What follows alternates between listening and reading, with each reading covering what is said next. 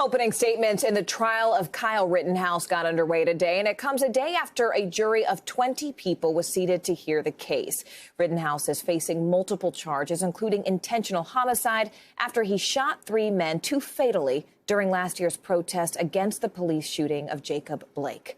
Lawyers for Rittenhouse have said he acted in self-defense. He faces the possibility of life behind bars if, in fact, he is convicted. NBC News correspondent Gabe Gutierrez has been following the trial and joins us now just outside that courthouse there in Kenosha, Wisconsin. Gabe, one of the most fascinating things about this trial is the terminology, is the nomenclature that the people inside that courtroom are allowed and not allowed to use, such as the word victim. Can you explain what those words are and what were the main takeaways from today's opening statements? Hi there, Morgan. Good afternoon. So, yes, as you mentioned, last week during pretrial hearings, the judge made national headlines by saying that the prosecution and the defense in this case could not refer to the people that Kyle Rittenhouse shot as victims, but that they could be referred to as either rioters, arsonists, or looters if evidence was presented that proved those claims. The judge saying that the reason he didn't want the people being shot being referred to as victims or even alleged victims is that it was a loaded term. Certainly, Jacob Blake's family. He was of course, the black man who was shot by a white police officer, and that sparked the protests and the unrest in Kenosha.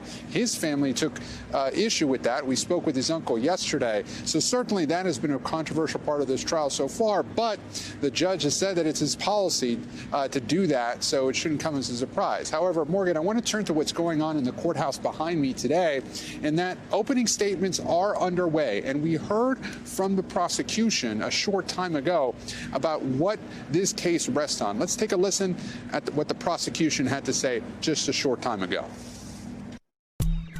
The evidence will show that the only person who killed anyone was the defendant, Kyle Rittenhouse.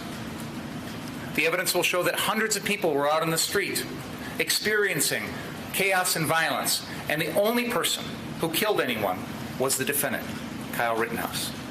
We will show you videos of some of the events that night, of police, tear gas, rubber bullets, and yet the only person who killed anyone was the defendant.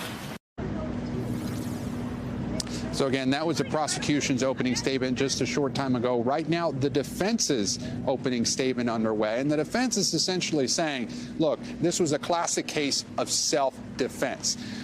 Kyle Rittenhouse's attorneys are arguing that he was attacked by several people, including one who tried to beat him with a skateboard, and that's why he opened fire with an AR-15 style rifle. Of course, the prosecution says that he came across state lines, he lived in Illinois, came to Wisconsin, and he should not have had that gun because he was just 17 years old at the time. So again, opening statements underway right now. Then we expect testimony to begin. Morgan, this trial is expected to last about 2 weeks or so. Morgan? Gabe, I was doing just a little bit of research here, and 179 jurors were summoned. 20, as we mentioned, were selected. 19 are white. 1 is black. Please, for our viewers, help them understand what went into the selection of this jury. What do we know about them, and what were some of the considerations that were made during the selection? Well, yeah, Morgan, having covered other trials like this before, including, there was that high-profile trial, of course, in Minneapolis with the Derek Chauvin trial, of course. That jury selection process took quite a long time, several days, weeks. In some cases, these jury selection processes go on for. And in this particular case, the judge decided not to send out a questionnaire, for example, to try and weed out some potential jurors. You're right, more than 150 jurors were part of the prospective pool yesterday. And the judge said that he thought that he could be able to select this jury pool in one day. That seemed unlikely during some parts of the day, but in fact, he did do so. And some of the questions that came up during jury selection, they asked him, such questions of, how familiar you are with this trial. But one of the questions that kept coming up is your thoughts on the Second Amendment and gun questions as well. And that appears to be, will be quite a theme of this trial, although the judge also tried to stress that this was not a political case, that this the jurors should focus on the charges against Kyle Rittenhouse. But at the end of the day, he was able to select 20 jurors, as you mentioned, 11 women, 9 men, only 1 person of color. However, so those jurors are now in the courtroom listening to opening arguments, and this trial is now fully underway.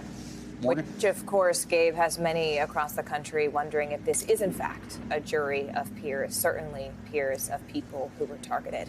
Gabe Gutierrez there in Wisconsin. Gabe, as always, thank you.